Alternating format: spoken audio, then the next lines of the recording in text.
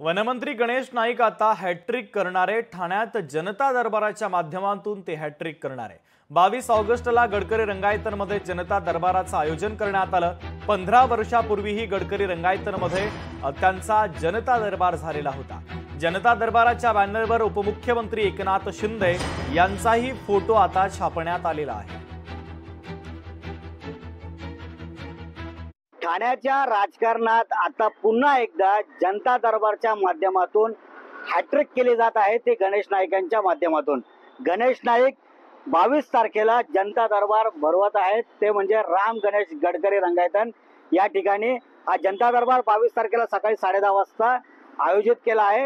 याच गडकरी रंगायतनमध्ये गेल्या 15 वर्षापासून पूर्वी हा जनता दरबार गणेश नाईकांनी सुरू केला होता, जो ठाणे जिल्ह्यामध्ये अगदी प्रसिद्ध झाला होता।